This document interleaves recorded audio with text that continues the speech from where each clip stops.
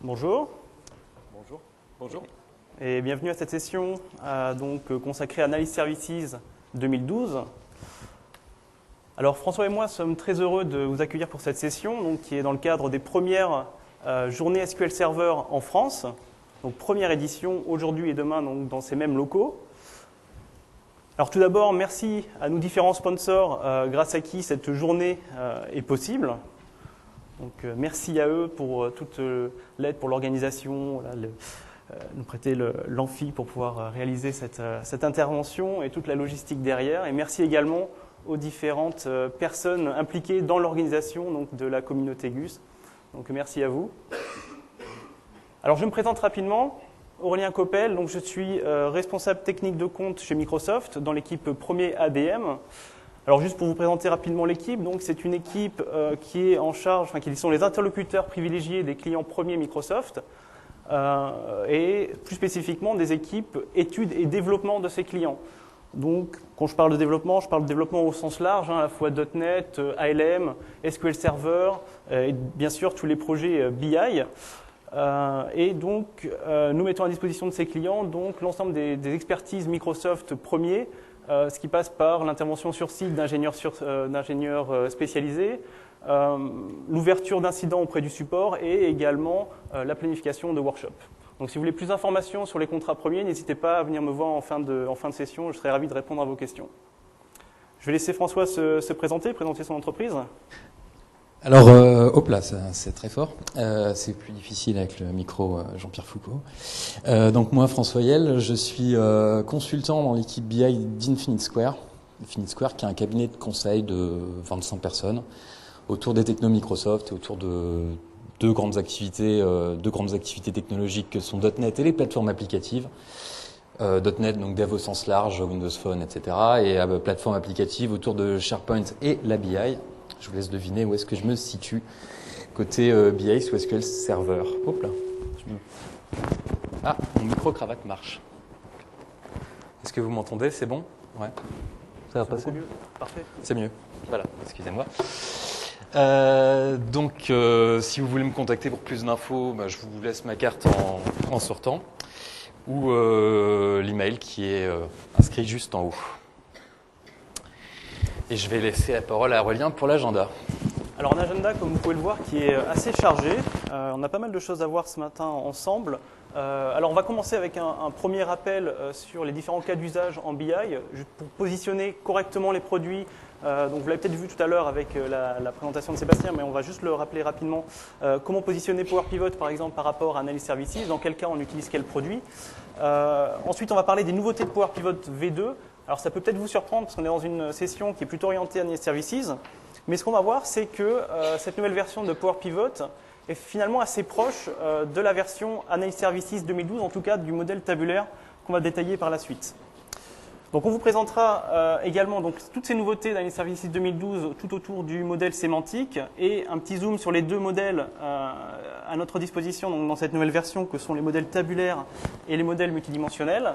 Et nous finirons par une conclusion, pareil au sens large, qui va préciser les différences entre ces deux modèles, puisque le but de cette session, c'est que vous puissiez sortir d'ici tout à l'heure en ayant en tête les points forts, les points faibles des différents modèles, savoir comment partir dans un nouveau projet décisionnel avec la version 2012. Voilà, sur quel type de modèle partir. C'est ça le but de cette session.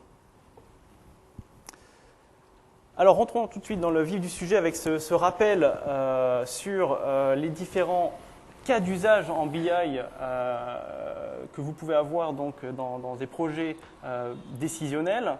Sur la gauche de l'écran, vous retrouvez quelque chose d'assez classique dans un croquis BI, les sources opérationnelles de votre entreprise qui sont de façon assez classique intégrées par le service informatique dans un data warehouse potentiellement sur SQL Server. Si on est dans le cas de technologie Microsoft, au-dessus de ce data warehouse, vous allez pouvoir avoir du reporting avec Reporting Services, du reporting de masse qui va répondre à la plupart des besoins finalement de vos utilisateurs, une grande partie en tout cas des besoins de vos utilisateurs, que vous allez pouvoir compléter avec des cubes Analysis Services pour répondre aux besoins d'analyse ad hoc de certains de vos utilisateurs.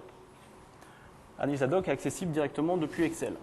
Et l'ensemble de ce reporting créé va pouvoir être mis à disposition à travers SharePoint de vos utilisateurs, SharePoint devenant un petit peu le point d'entrée décisionnel de votre entreprise. Donc ça, c'est le schéma classique de BI d'entreprise. Qu'est-ce que j'entends par là? J'entends par là socle de données construit par le service informatique et donc étant construit dans le cadre d'un projet avec toutes les phases que l'on connaît, donc qui sont spécification, phase de développement, phase de recette et finalement un vocabulaire commun qui a été mis en place, des règles de calcul qui sont communes à l'ensemble de l'entreprise. Donc ça, c'est un petit peu le schéma, j'ai envie de dire, idéal, mais qui a une contrainte, finalement, c'est le temps de développement d'un projet. Parfois, les utilisateurs ont envie d'aller un petit peu plus vite que nos projets informatiques et ont envie de répondre rapidement à des nouvelles analyses dont les données ne font pas encore partie de ce socle données d'entreprise. Et c'est pour cela qu'on a également Power Pivot, qui répond à ce besoin de BI personnel, donc à la marge de la BI d'entreprise, être capable d'apporter à l'utilisateur fonctionnel un outil qui lui permet de réaliser lui-même ses croisements, lui-même ses analyses sur des données à la fois, pourquoi pas, de la BI d'entreprise, mais également, surtout, des données personnelles. Oui, on ne fait plus de BI personnel sous Access. Exactement. Le but, c'est de passer un petit peu d'Access pour faire ce genre de reporting. Derrière, la personne qui, dans son coin, a réalisé donc son reporting avec Power Pivot a la possibilité donc de publier ce reporting et de le partager avec les membres de son équipe au sein de SharePoint avec donc la DIN Power Pivot pour SharePoint qui est disponible et qui nous amène donc à la BI d'équipe. Alors, BI d'équipe, ça reste quand même une équipe assez restreinte puisqu'on va rester dans une population qui aura le même scope de droit, qui aura le même vocabulaire, qui verra exactement les mêmes données. Ce qui peut arriver, et ce qui arrive assez souvent, c'est qu'une application développée comme ça, sous forme de BI personnel et après partagée sous forme de BI d'équipe, devienne finalement incontournable dans l'entreprise et une criticité business assez élevée et va intéresser finalement un scope assez large de personnes tout au sein de l'entreprise, peu importe finalement l'équipe à laquelle il appartient. À partir de ce moment-là, on va avoir envie non plus de rester dans de la BI personnelle maintenue par un utilisateur fonctionnel dont ce n'est pas forcément le métier, mais on va envie d'avoir une BI qui rentre plus dans un projet qui sera plus robuste et qui permettra derrière une meilleure évolutivité de l'application. Et c'est ainsi, donc vous voyez la petite flèche qui repart, on peut boucler finalement cette boucle analytique en intégrant cette BI personnelle dans un projet IT. On va voir que c'est assez simple avec cette nouvelle version d'Analysis Services 2012, puisqu'on va pouvoir importer directement dans Analysis Services un projet Power Pivot déjà développé. Donc voilà, juste pour rappeler brièvement donc la principale différence entre Power Pivot et Analysis Services. Power Pivot, c'est de la BI personnelle. Analysis Services, on est dans la BI d'entreprise.